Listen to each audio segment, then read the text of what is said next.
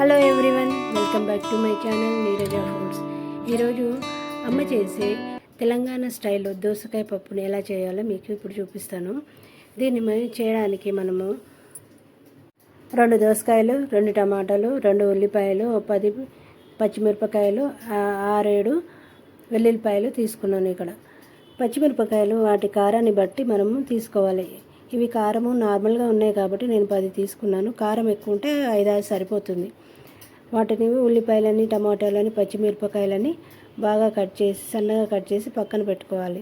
దోసకాయలు కట్ చేసేటప్పుడు దోసకాయ చెక్కు మొత్తం తీసి దాన్ని చిన్న చిన్న ముక్కలుగా, ఇక్కడ నేను చూపిస్తున్న విధంగా ఇంత చిన్న ముక్కలుగా కట్ చేసుకోవాలి.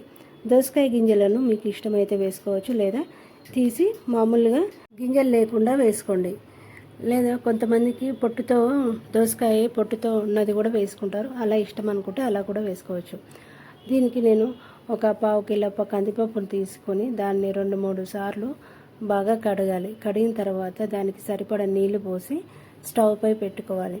ఇక్కడ నేను కందిపప్పుని కడాయిలో వండుతున్నాను. మీకు ఇష్టం అనిపిస్తే కుక్కర్లో వండుకోవాలనుకుంటే వండుకోవచ్చు. కుక్కర్లో వండేటప్పుడు పప్పుతో పాటే మనము కట్ చేసిన కూరగాయలను అన్నిటినీ 2-3 వెల్లుల్లిపాయలను కూడా వేసి తగినంత ఉప్పు వేసి విజిల్స్ పెట్టుకోవాలి. దానిలో కొంచెం నూనెను కూడా పసుపు కూడా వేసి 5-6 విజిల్స్ వచ్చేంత వరకు ఉడికించుకుంటే సరిపోతుంది.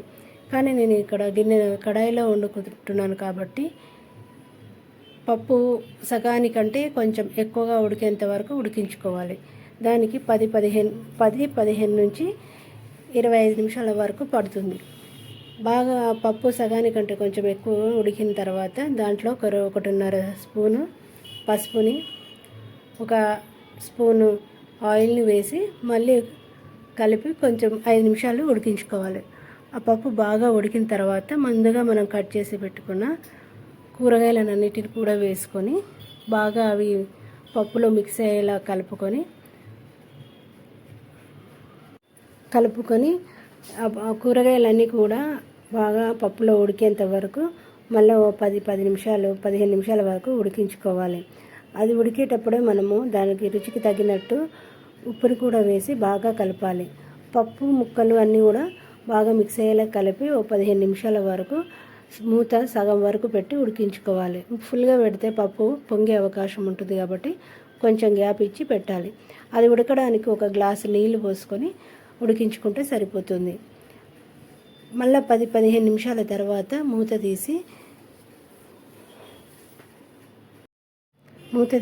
పప్పుని ఇట్లా నేను చూపిస్తున్న విధంగా చెంచాతో ఇట్లా మెదుపుకుంటే ముక్కలు అన్నీ కూడా కొంచెం మెత్తగా అవుతాయి.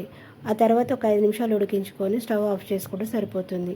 ఆ పప్పులోకి పోపుని తయారు చేసుకోవడానికి చిన్న సైజు కడాయిని తీసుకొని దాంట్లో 2 చెంచాల నూనె పోసి ముందుగా కట్ చేసి పెట్టుకున్న వెల్లుల్లిపాయలను కూడా వేసుకోవాలి. దాంట్లో 1 స్పూన్ జీలకర్ర, 1 స్పూన్ ఆవాలు వేయాలి. అవి కొంచెం చిటపటలాడిన తర్వాత 2-3 ఎండుమిరపకాయలు తీసుకొని వాటిని విరిచి వేసి అవి కొంచెం నూనెలో వేగుతుండగానే కరివేపాకులను కూడా వేసుకోవాలి. అవి బాగా వేగిన తర్వాత దాంట్లోకి కొంచెం ఇంగువను వేసి స్టవ్ ఆఫ్ చేసుకోవాలి. స్టవ్ ఆఫ్ చేసి అది కొంచెం చల్లారిన తర్వాత పప్పులోకి మనము ఆ పోపుని మొత్తం వేసి బాగా మిక్స్ చేసుకుంటే సరిపోతుంది. ఎంతో రుచికరమైన తెలంగాణ స్టైల్ దోసకాయ పప్పు రెడీ. దీన్ని మనము పోపు మొత్తము మిక్స్ అయ్యేలా కలుపుకున్నాక డిష్ అవుట్ చేసుకుంటే సరిపోతుంది. మీరు ఈ వంటకాలను అన్నీ చూసి ఎలా ఉన్నాయో కామెంట్లో తెలపండి. నా ఛానల్ని మీరు సబ్స్క్రైబ్ చేసుకోండి. Thank you for watching.